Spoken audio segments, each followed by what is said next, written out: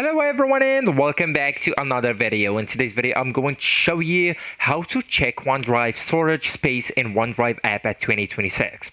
So actually guys, you will need at first just to open the OneDrive app and then just go ahead and tap your profile icon that's located on the top left corner. And then you will need to go and tap on the second option, settings. And right now you will be between multiple options. Okay, so you will need just to tap on the first option so the storage is hidden inside your account.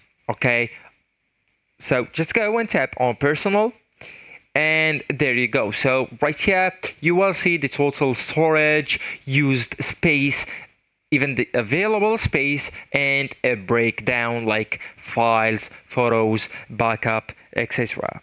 Okay, and this is the easiest and fastest way on the mobile phone app.